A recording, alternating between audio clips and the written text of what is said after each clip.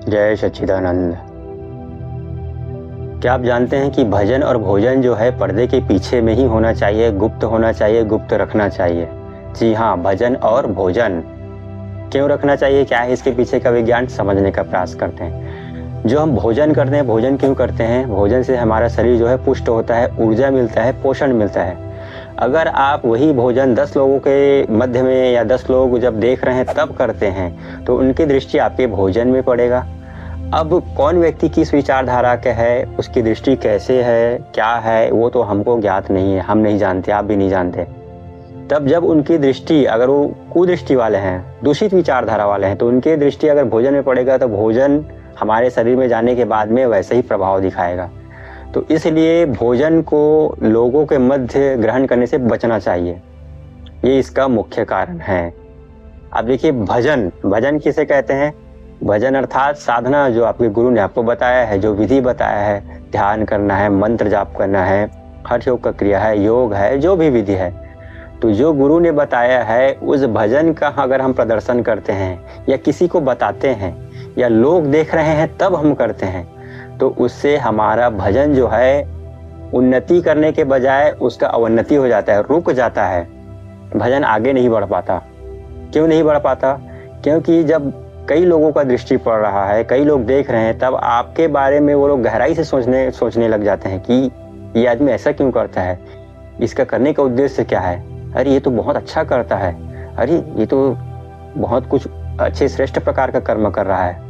तो इससे क्या है, उनकी जो विचारधारा है वो आपके बारे में गहराई से सोच रहा है, आपके बारे में बुरा तो नहीं सोच रहा है लेकिन गहराई से सोच रहा है। तो कहीं ना कहीं ये विचार जो है, ये तिरंगे भी हैं, साधना को प्रभावित करता है। और जो विचित्र ऑरा वाले व्यक्ति हैं, मतलब उनका जो ऑरा सात्विक नहीं है कह सकते हैं, जो तामसिक प्रवृत्ति वाले हैं, तामसिक ऑरा है, तो उनका ऑरा भी हमारे भजन साधना को प्रभावित करता है। ये इसके पीछे का विज्ञान है। ये एक बात हुआ। दूसरा बात ये, अगर आप स्वयं किसी को बताते हैं कि देखिए भाई, मैं तो सुबह ब्रह्म मुहूर्त में उठ जाता हूँ, ब्रह्म मुहूर्त में उठने के बाद में स्नान वगैरह करके मैं ध्यान करता हूँ, मेरे गुरुदेव ने कहा है आज्ञा चक्र में ध्यान करने के लिए, तो मैं रोज 10 मिनट तक ध्यान करता हूँ।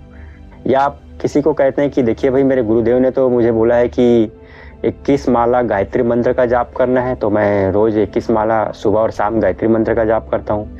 या आप उनके सामने ये प्रदर्शित करते हैं या कहते हैं कि मैं तो त्रिकाल संध्या करता हूँ, हठ योग की क्रिया करता हूँ, शांभवी मुद्रा करता हूँ, खेचरी मुद्रा करता हूँ। इस प्रकार जब आप प्रदर्शन करते हैं या बताते हैं तो इसकी भी संभावना है कि आपके साधना आगे नहीं बढ़ेगा और आपके मन में अहंकार आएगा। जब आप बता रहे हैं, कहीं ना कहीं मन में थोड़ा बहुत अहंकार उत्पन्न होगा, और जब अहंकार उत्पन्न होगा तो देखिए फिर आपको वाही मिले ऐसा टाइप का आप फिर किसी दूसरे को बताने लग जाएंगे। तो इसलिए रत्ती भर भी किसी को बताना, किसी के समक्ष प्रदर्शित करना, इससे हमको परहेज करना चाहिए। महाकुंभ जब लगता है तो महाकुंभ में कई नागा साधु, कई साधु संत, कई वाम मार्गी साधक महाकुंभ में आते हैं। आपने देखे होंगे, अगर प्रत्यक्ष नहीं देखे होंगे तो वीडियो में, न्यूज़ वगैरह में तो आप देखे ही होंगे। तो जो साधु संत हैं, नागा साधु हैं, कपाली, भैरवी, भैरव, ये जो साधक होते हैं, वाम मार्ग के भी साधक होते हैं, तो जब वो महाकुंभ में आते हैं और आने के बाद स्नान कर लेते हैं और वापस अपने साधना स्थान पर चले जाते हैं। आज तक कोई व्यक्ति उनको देख नहीं पाया है, जान नहीं पाया है कि वो स्नान करने के बाद जाते कहाँ हैं। तो इसका क्या रहस्य आप समझ पा रहे हैं? इसका रहस्य ये है कि उनकी जो साधना का स्थान है वो बहुत ही गोपनीय है, गुप्त रखे हैं, वो किसी को बताना नहीं चाहते। और अघोरी का नाम तो आप सुने होंगे, वाम मार्गी साधक होते हैं, कपाली हैं, भैरवी हैं, भैरव है, नागा साधु हैं। तो ये जो है अपने साधना स्थान को बहुत ही गुप्त रखते हैं, क्योंकि आपको अगर मेरे को अगर बता दिया, किसी समूह में बता दे कि मैं यहाँ साधना करता हूँ, ये साधना करता हूँ, तो हम लोग तो उनके पास ही चले जाएंगे दर्शन करने के लिए, घूमने के लिए, है ना। तो इससे क्या होगा, उनके साधना में विघ्न उत्पन्न होता है।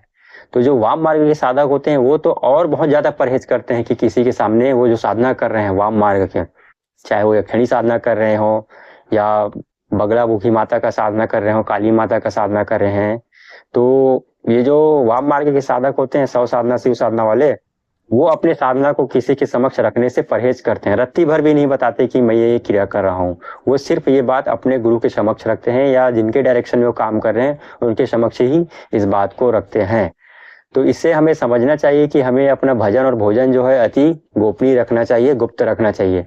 आजकल तो इंटरनेट और यूट्यूब में कई लोग ऐसा पैशन बना के रखे हैं कि वो कैमरा लगा के रखते हैं, 3:30 बजे अपने बिस्तर से उठते हैं, कैमरा ऑन, उठने के बाद में धरती माता को प्रणाम करते हैं, स्नान वगैरह करने के बाद में वो क्या करते हैं, कुछ योग की क्रिया करते हैं और फिर मंत्र माला जपना शुरू कर देते हैं। ऐसा वो रिकॉर्ड करते हैं और अपने इंस्टाग्राम में डाल देते हैं। अब देखिए, वो जो साधना कर रहे हैं, मंत्र जप कर रहे हैं, किसी न किसी गुरु से तो उनका डायरेक्शन चल रहा होगा, डायरेक्शन दिए होंगे, गुरु से दीक्षा हुआ होगा। अब वो माला भी जप रहे हैं और माला को दिखा भी रहे हैं कि मैं माला जप रहा हूँ।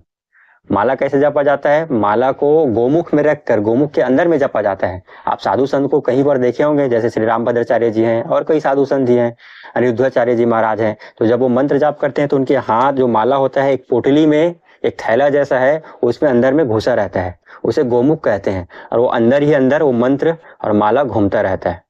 तो जब हम माला का जप करते हैं तो उसका भी प्रदर्शन या किसी की दृष्टि उस पर नहीं पड़ना चाहिए, तो इसलिए उसको गोमुख में रखते हैं। लेकिन आजकल तो लोग इंटरनेट में, मतलब यूट्यूब में, इंस्टाग्राम में ऐसे अपने दिनचर्या को सुबह से लेकर शाम तक, मैं ये उठा, अब स्नान किया, अब ये मंत्र माला कर रहा हूँ, ऐसा कर रहे हैं।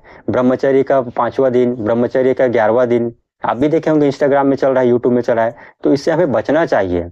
हाँ, कर्मकांड है, जैसे आप मंदिर गए हैं, मंदिर में आप पूजा किए, शिव जी को जल अभिषेक किए, फोटो ले रहे हैं या वीडियो बना रहे हैं, इसको आप अपने किसी को बता सकते हैं, आप इंटरनेट में भी डाल सकते हैं, यूट्यूब में भी डाल सकते हैं, इंस्टाग्राम में भी डाल सकते हैं। ये कर्मकांड है, इसमें ऐसा कोई परहेज नहीं है।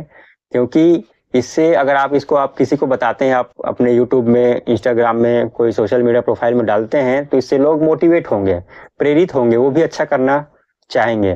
तो इसमें कोई परहेज नहीं, ये हम बता सकते हैं। लेकिन जो हमारे गुरुदेव ने हमको बताया है उसको किसी के समक्ष प्रदर्शित करने से हमें बचना चाहिए। आज की इस वीडियो में यही कहना था, यही बताना था। वीडियो कैसा लगा बताइए जरूर। मिलते हैं किसी दूसरे वीडियो में, तब तक के लिए जय सच्चिदानंद।